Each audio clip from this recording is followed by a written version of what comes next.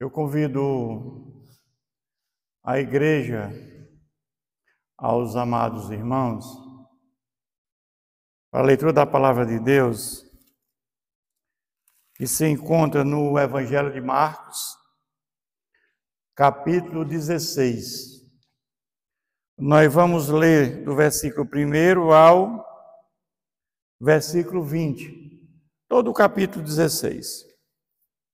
Evangelho de Marcos, capítulo 16, versículos do 1 ao versículo 20.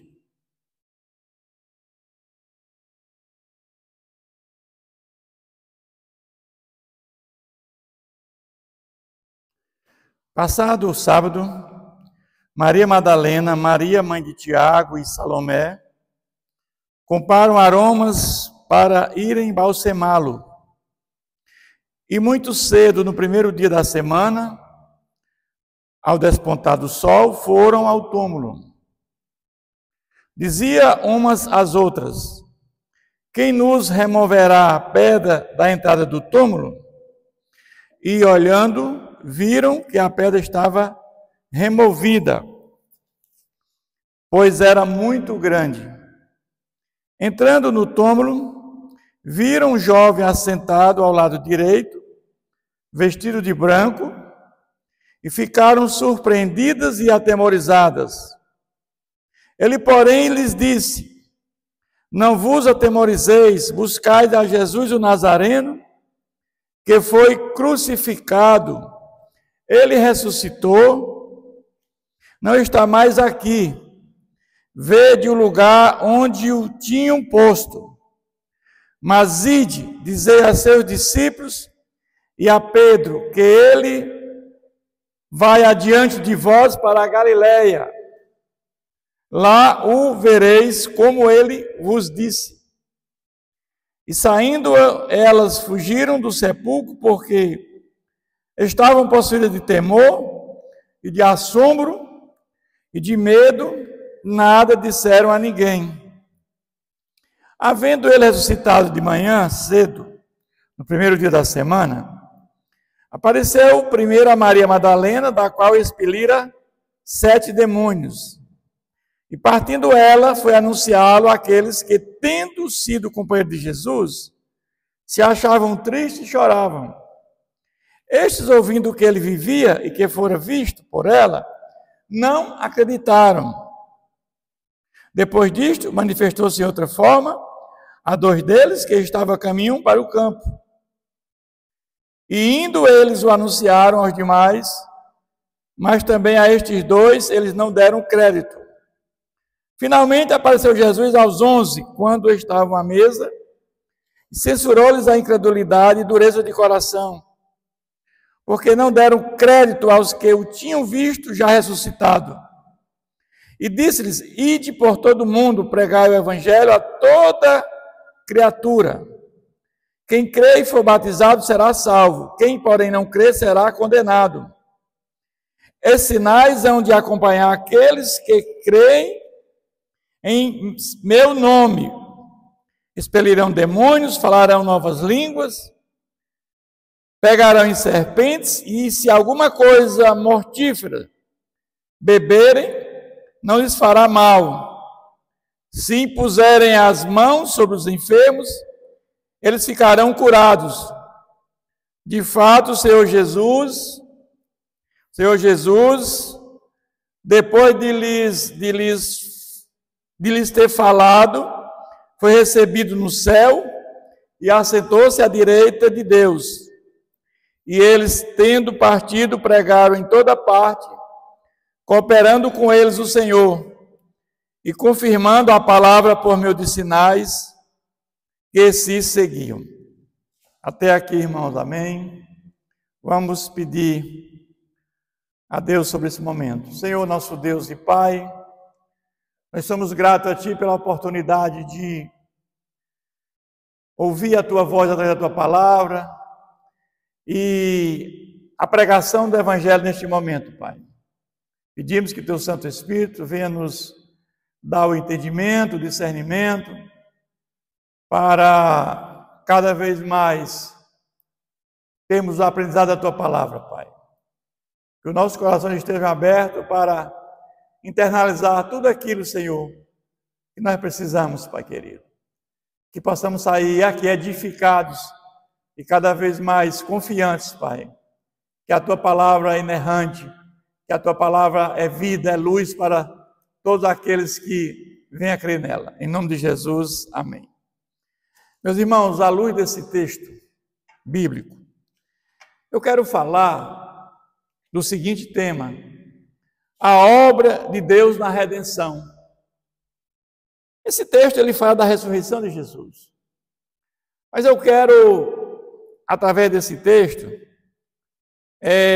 ampliar, falando da obra redentora do nosso Deus. Primeiro, tudo começa com a criação, e a criação foi abalada com a queda do homem, né? O homem, ele é a obra-prima da criação de Deus. E o plano traçado de salvação antes da fundação do mundo, o plano de salvação foi traçado antes da fundação do mundo. Porque Deus sabia que o homem ia pecar? Sim. Sabe, o pecado é a morte. E todos nós estamos condenados à morte eterna. Então, lá antes da fundação do mundo, a Trindade se organizou para a salvação. E o Pai planejou desde a eternidade a salvação. O Filho encarnou através de Jesus Cristo e executou o plano de salvação. E o Espírito Santo aplicou, porque sabemos que quando Jesus ressuscita e ascende aos céus, ele envia o Espírito Santo, aquele que produz em nós o novo nascimento. Mas o fato é que Jesus, quando chega aos 30 anos de idade, ele começa o seu ministério. E Jesus foi batizado, né? E o batismo de Jesus, muitas vezes nós nos perguntamos por que Jesus foi batizado. Se Jesus era o Salvador da humanidade. Mas Jesus foi batizado porque no batismo de Jesus, ali ele revela a sua identidade. Porque até 30 anos de idade, não tinha ideia quem era Jesus. Somente a sua mãe tinha essa percepção quem era Jesus, que era o Filho de Deus. Mas a convivência até 30 anos, ninguém tinha ideia quem era Jesus. E quando Jesus é batizado, ali é revelado a identidade de Jesus. Por quê? Porque ali pousa sobre a sua cabeça o Espírito Santo na forma de pomba. E vem uma voz lá dos céus: este é meu Filho amado, em quem me comprazo, em quem me alegro. E ali nós temos a Trindade, o Pai, o Filho e o Espírito Santo. Mas também Jesus é batizado para dar o exemplo a todos nós. Porque o batismo das águas é uma confissão pública de fé em Jesus Cristo, onde nós podemos agora fazer parte de uma comunidade. E ali ele dá início ao seu ministério. Jesus, ele viria com natureza humana e divina. Jesus era 100% Deus e 100% homem. Mas depois que Jesus é batizado, Jesus agora ele é levado para ser tentado. E o que é que implica a tentação de Jesus? Qual é o impacto disso para nós? O fato é que havia muitas controvérsias, muitas heresias sobre a humanidade de Jesus. Mas no momento que Jesus é tentado, né, ele está provando a sua natureza humana. E como vencer a tentação? Quando Jesus é tentado, nós sabemos que ali ele tinha natureza humana. Por quê? Porque quando nós lemos em Tiago, capítulo 1, versículo 3, ninguém ao ser tentado, diga, sou tentado por Deus. Porque Deus não pode ser tentado pelo mal e ele mesmo a ninguém tenta. Ou seja, Deus nem pode ser tentado pelo mal e nem tenta ninguém. Deus prova, né? Tem provações, mas tentação jamais.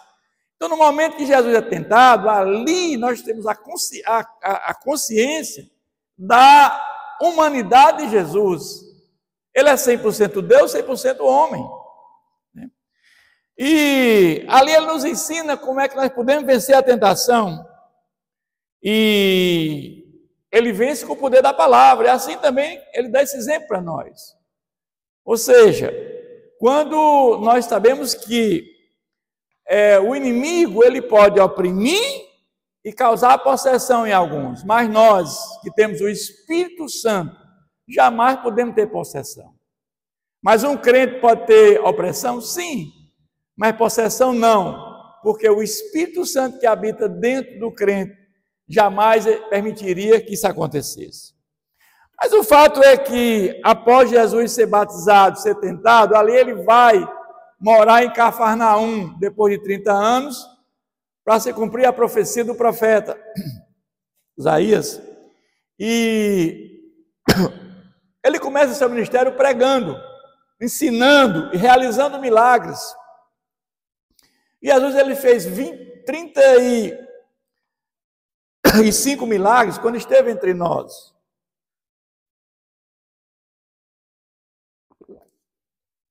23 foi de cura, curou leprosos, cegos, aleijados, paralíticos.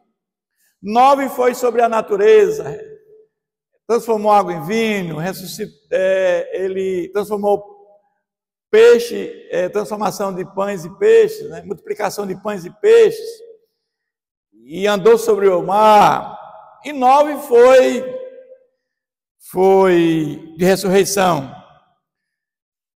E vamos dizer que as profecias que tinha no Antigo Testamento, na Tanakh, eram muitas, mais de 150 profecias, todas apontavam para Jesus como o Messias que haveria de vir. E Paulo, quando Paulo teve aquele encontro com Jesus, ele usa essas profecias que existiam na lei e Moisés, para dizer que o Messias que haveria de vir era Jesus Cristo. Paulo, quando ia para uma sinagoga, ele usava esse argumento para dizer que o Messias era Jesus Cristo. Mas o fato é que Jesus tinha dito aos apóstolos que iria à cruz, mas no terceiro dia ressuscitaria, né? Mas os apóstolos não entendiam essa mensagem de Jesus, porque eles esperavam de Jesus um Messias com um reino terreno, um reino que ia se opor àquela opressão, que eles estavam subjugados, começando lá com os assírios, babilônicos, medo-persas, gregos, romanos. Então era o entendimento que esse Messias e os poderes que Jesus apresentou, as curas que Jesus fez, o poder manifestado por Jesus, eles tinham essa convicção que teriam um reino terreno, ao ponto daqueles 2 filhos de Zebedeu, né, Tiago e João, e a sua mãe pedir para que eles ficassem ao lado de Jesus, como fosse um reino terreno, como fosse ocupando um alto cargo, né, no reino terreno de Jesus. Mas o fato é que, de passar todas essas coisas, Jesus vai para Jerusalém, na semana da Páscoa, a última Páscoa, e o fato é que Jesus, ele transforma ali, ele comemora a Páscoa, né, antes da sua morte, e ali ele transforma a Páscoa em ceia do Senhor. Porque na Páscoa, nós vamos lembrar, a libertação dos escravos lá no Egito, quando o cordeiro é imolado, o seu sangue é colocado nos umbrais das portas, e eles vão ali comemorar a Páscoa. Mas Jesus agora transforma a Páscoa em ceia, porque agora o Jesus é o próprio cordeiro pascal. Jesus ele vai à cruz nessa condição, e agora ele faz um sacrifício único em nosso favor.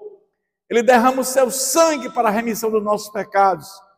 É ali que nós temos a libertação da escravidão, mas dos nossos pecados. E ali nós falamos em ceia do Senhor. Não precisa mais de matança de animais, né? Ele nos libertou da escravidão dos nossos pecados. Mas ali Jesus é crucificado, ele morre, é sepultado. Mas lá na cruz, né, já ali no final da tarde, por volta das 15 horas, na hora nona, Jesus profere naquela cruz 7 palavras. Ele diz: Pai, perdoe porque não sabe o que faz. Mesmo agonizando, Jesus, ele pede ao Pai que perdoe porque não sabe o que fazem. Porque Jesus tinha consciência que muitos ali, eles iam depois acreditar que Jesus era o Messias e que a salvação se dá pela fé no Messias somente. Não há outro caminho para a salvação fora de Jesus. E o fato é que aqueles 2 ladrões que estavam ao lado, um ao lado direito e outro à esquerda de Jesus, eles ali estavam profanando contra Jesus, os 2. Mas quando Jesus pronuncia a primeira palavra, um deles, ele começa a acreditar em Jesus. E ele diz a Jesus, ele sabia que Jesus tinha um reino. E ele diz para Jesus: lembra-te de mim, do teu reino. E Jesus diz: hoje mesmo estarás comigo no paraíso. Então aquele ladrão foi salvo na cruz, né, naquele último momento da sua vida, já agonizando também. E ali nós vamos ver que na hora da morte a alma vai para o paraíso. O espírito volta para Deus que o deu, e o corpo vai para o pó da terra. Então aqui nós tiramos a questão da reencarnação e do purgatório nessas palavras de Jesus. Mas Jesus vê sua mãe, se preocupa com ela e diz assim: mulher, eis o teu filho, eis a tua mãe.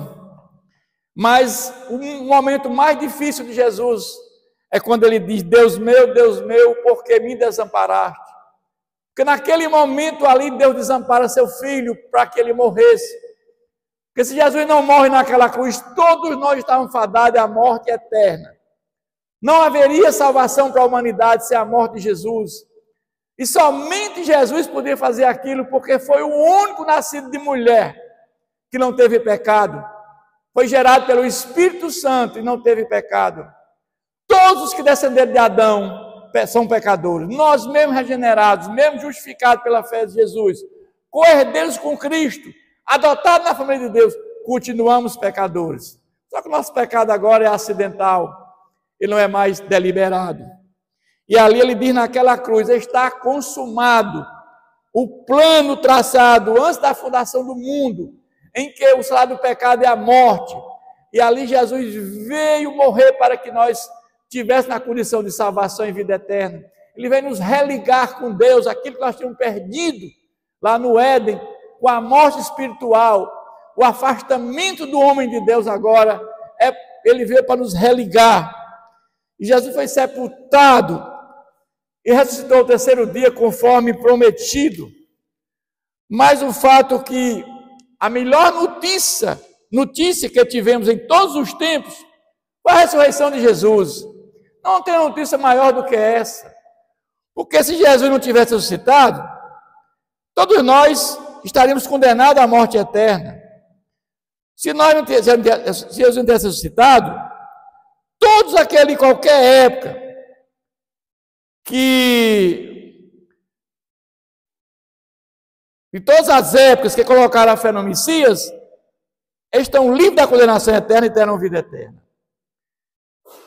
Ou seja, Jesus que ressuscitou, temos uma fé baseada em um sólido fundamento. Mas o ministério de Jesus foi auxiliado por mulheres. E as mulheres eram desprezadas naquela época, não tinha voz à sua época. Mas as mulheres assistiram Jesus, porque vamos ver lá em Lucas que diz o seguinte: aconteceu depois disso que andava Jesus de cidade em cidade e de aldeia em aldeia, pregando e anunciando o evangelho do reino de Deus, e os 12 iam com ele, e também algumas mulheres que haviam sido curadas de espírito maligno e de enfermidades. Maria Madalena, da qual saíram 7 demônios, Joana, mulher de Cusa era o procurador de Herodes Antipas. Ela sustentava financeiramente, ajudava nas finanças para a obra. Susana é a que foi curada por Jesus, e muitas outras. Maria irmã de Lázaro e Marta também eram mulheres que ajudaram no ministério de Jesus e prestavam assistência com seus bens e também a logística era necessária para a obra de Jesus. Mas o fato é que aqui nós temos uma preparação. Agora Jesus, ele morre, ele ressuscita. Nós falamos que se Jesus não ressuscitasse, tivesse ressuscitado, todos nós estaríamos fadados à morte eterna. E o texto começa dizendo que passado o sábado, Maria Madalena, Maria, mãe de Tiago e Salomé, compraram aromas para ir embalsamá-lo. Nós sabemos que quando foi na morte de Jesus, Maria Madalena, Maria sua mãe, Marta, Maria, irmã de Marta, Joana, essas mulheres estavam na crucificação de Jesus. Mas no sábado, no final, já no domingo, já chegando pela manhã, elas foram, Salomé e Maria Madalena e a Maria, mãe de Tiago, foram até o túmulo para embalsamá-lo. E muito cedo, no primeiro dia da semana, no despontar do sol, foram ao túmulo. Aqui fala o primeiro dia da semana, o domingo. Nós vamos ver que o domingo é importante, que é o dia do Senhor para nós, porque no domingo foi o dia que Jesus enviou o Espírito Santo no dia de Pentecostes para fazer a obra regeneradora. Foi o dia em que João recebeu de Jesus em visões o Apocalipse. Então é um dia consagrado, né, ao Senhor. Mas se nós tivermos o domingo para a salvação, passa a ser uma heresia. Não podemos entender que o domingo é para a salvação. É um dia de descanso e de servir ao Senhor. Mas diziam uns às outras: quem nos removerá a pedra da entrada do túmulo? Havia uma preocupação que a pedra era muito pesada. Tinha que empurrar aquela pedra embora, ela corresse por dentro de uma calha. Mas ela também não tinha conhecimento que os fariseus do Sinédrio tinham ido até Pilatos pedindo para selar aquela pedra, porque ele tinha dito que ressuscitaria ao terceiro dia e que seria um embuste se os discípulos roubassem o seu corpo e dissessem que ele tinha ressuscitado. Então tinha essa preocupação. Mas sabemos que houve um grande terremoto e que essa pedra foi removida. E quando chegaram e olhando, viram a pedra que já estava removida, pois era muito grande.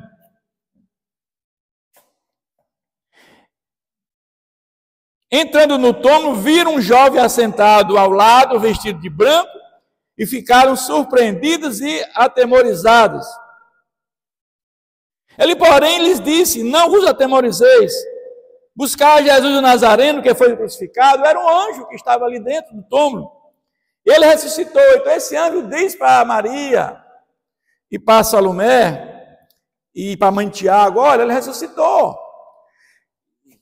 Não está mais aqui. Vê do lugar onde tinha um posto, o lugar está vazio, o túmulo está vazio. O único túmulo na face da terra que está vazio é o de Jesus. Os demais túmulos não estão vazios.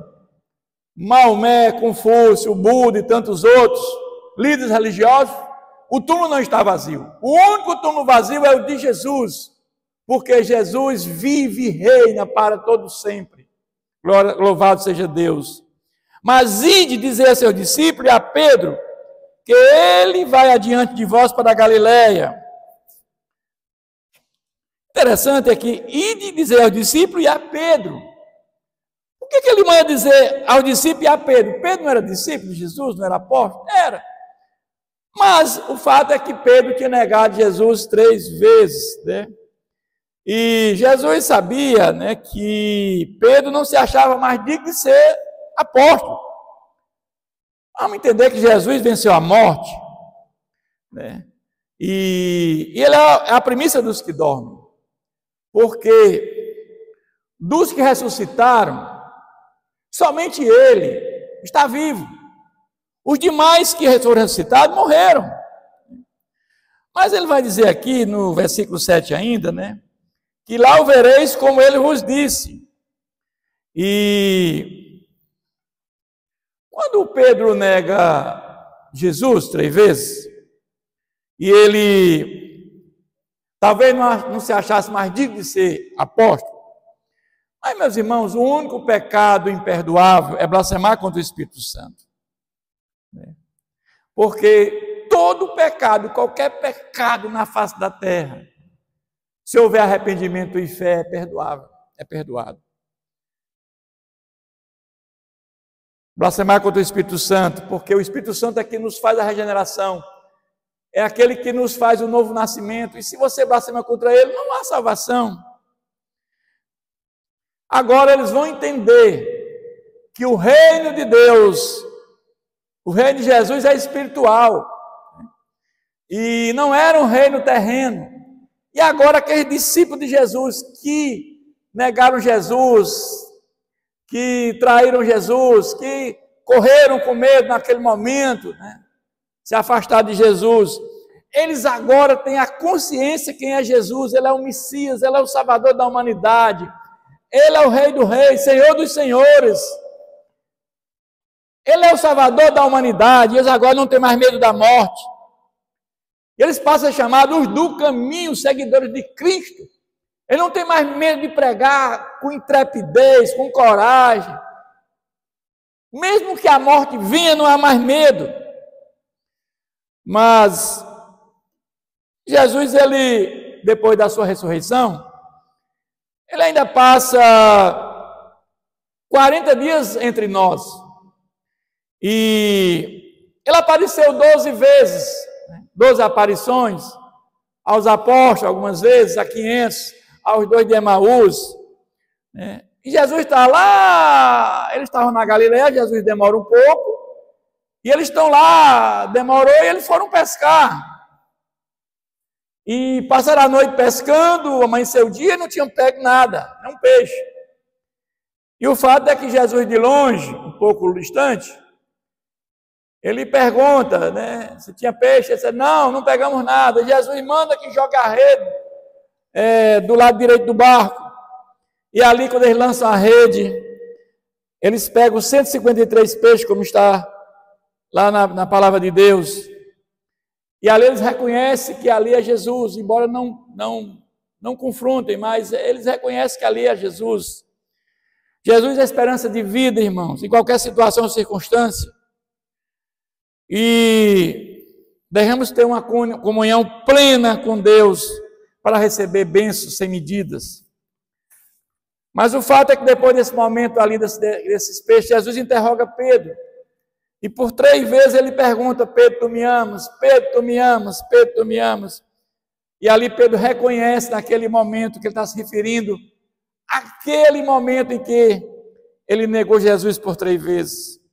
Mas ele vai dizer agora no versículo 8, e saindo elas, fugiram do sepulcro, porque estavam possuídas de grande temor e de assombro, e de medo, nada disseram a ninguém. Elas foram para o túmulo para embalsamá-lo, e ali, enquanto o túmulo vazio, elas ficaram amedrontadas. E, havendo ele ressuscitado de manhã cedo, no primeiro dia da semana, apareceu primeiro a Maria Madalena. Olha que Jesus aparece primeiro a uma mulher. O prestígio que ela teve, por quê? Porque as mulheres, na realidade, elas tiveram uma importância muito grande no trabalho, né, no trabalho da obra da redenção. E Jesus, naquela época, a logística era muito difícil. O transporte, a alimentação, a questão de locais para dormir, elas ajudaram muito Jesus nessa logística toda. Elas são prestigiadas na ressurreição de Jesus. E Maria Madalena, da qual tinha expelido 7 demônios. E partindo ela dali, anunciou aqueles que, tendo sido cumpridos de Jesus, se achavam tristes e choravam. Aqueles que tinham andado com Jesus, que viram que Jesus fez, os milagres de Jesus, mesmo diante de tudo aquilo, eles não criam que Jesus era o Messias, ou seja, era o que haveria de vir, e choravam, e estavam tristes, mas mesmo ouvindo que ele vivia, e que foram vistos por ela, eles não acreditaram, estavam céticos sobre esse assunto.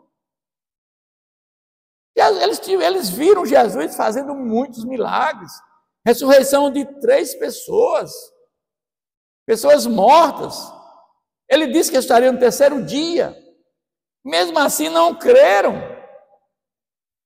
Depois disso, manifestou-se em outra forma a dois deles, a caminho do campo. Indo para Emaús, dois discípulos, Jesus apareceu e foi conversando com eles, né? Eles falando sobre a morte de Jesus. Jesus perguntou sobre os acontecimentos. Ele disse: você não sabe o que aconteceu com Jesus Nazareno? E Jesus vai explicar toda a história da Bíblia para aqueles dois discípulos. Eles constrangem Jesus a permanecer na sua casa, e ele vai lá. E na hora da mesa da refeição, eles entendem que era Jesus. Eles voltam para Jerusalém para avisar para os discípulos. E indo eles anunciaram aos demais, mas também a estes dois, eles não deram crédito também. Mas finalmente Jesus apareceu aos 11, quando estava à mesa, e censurou-lhe a incredulidade e dureza de coração, porque não deram crédito aos que tinham visto já ressuscitado. Jesus, ele ficou 40 dias aqui entre nós e teve 12 aparições.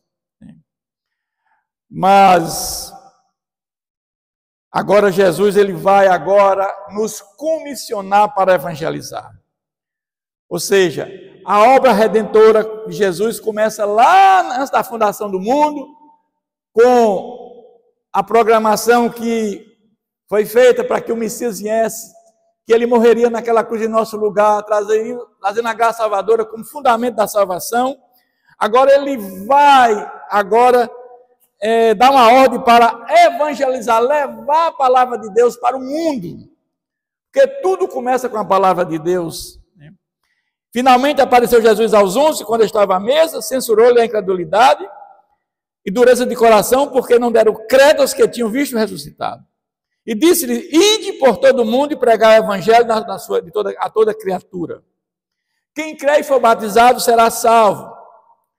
Quem não crê será condenado. E aqui tem uma explicação importantíssima, que esse batismo não é nas águas. Porque o batismo nas águas, ele não leva ninguém à salvação.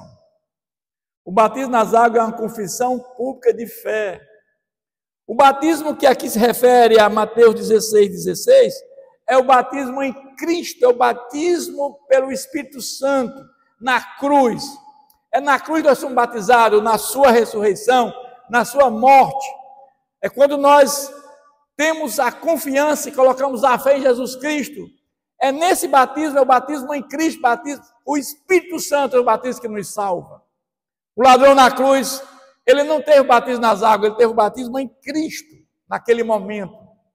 Então aqui ele está nos dizendo que esse batismo, eles sinais iriam acompanhar aqueles que creem em meu nome, expelirão demônios, falarão novas línguas, pegarão em serpentes, e se alguma coisa mortífera beberem, não lhes fará mal.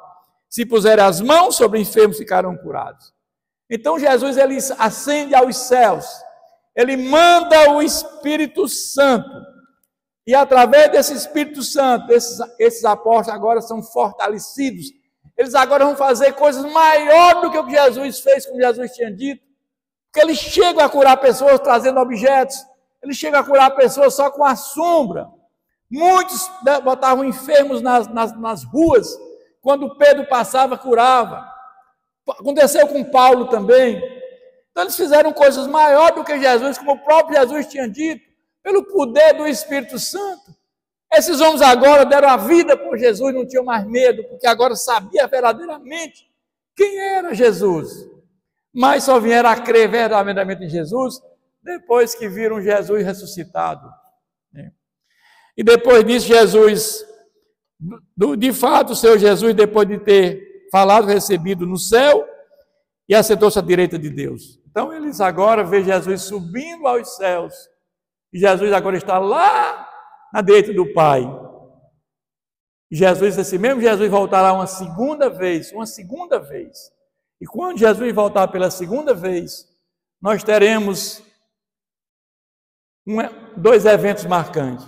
Jesus volta, ressuscita todos os mortos, e aqueles que tiverem morto em Cristo, num corpo glorificado, eles vão agora ter um encontro com a alma daqueles que estão lá no céu. lá no altar de Deus, e agora haverá uma nova junção do corpo glorificado com a alma dos que estão lá no altar de Deus. Estarão com Jesus por toda a eternidade. Quando Jesus voltar pela segunda vez, no mesmo instante também, os que tiveram vivos serão arrebatados, transformados, e também estarão com Jesus por toda a eternidade. Mas os que morreram sem Cristo, e já estão no lugar de sofrimento eterno, no mundo dos mortos, no Hades, no inferno, juntamente com aqueles que estiverem sem Cristo, não aceitaram a palavra de Deus, quando Jesus voltar, juntamente com os anjos caídos, todos aqueles irão para o lugar de sofrimento eterno, chamamos Lago de Fogo e Guiena. Então, vamos ver que aí nós temos o final de tudo. A obra redentora de Deus começa lá antes da fundação do mundo e é concluída com a segunda vinda de Jesus. Nós temos toda a obra de redenção. Deus, pela sua onisciência, Ele já sabia que o homem ia pecar.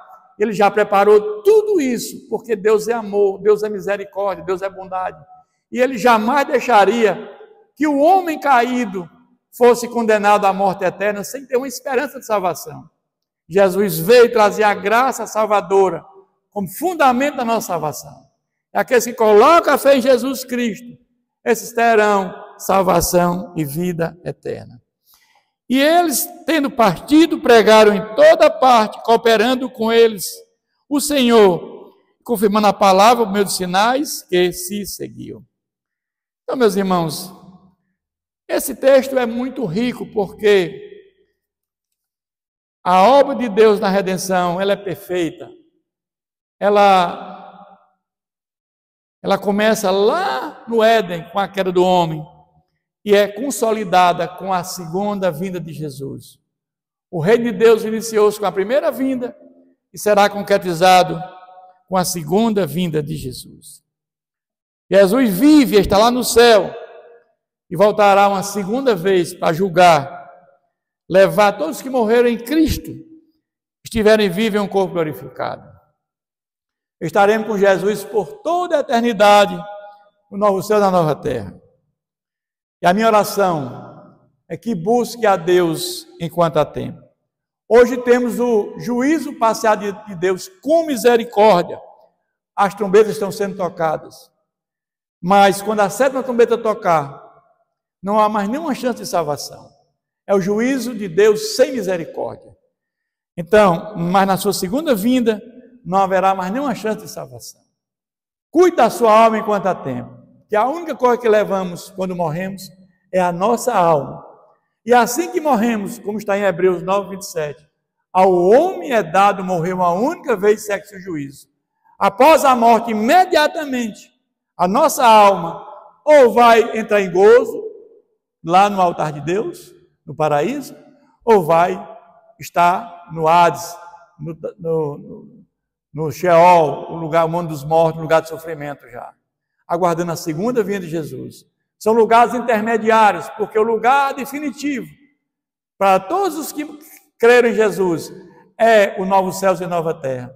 E o lugar definitivo para os que não creem em Jesus é o lago de fogo, a segunda morte.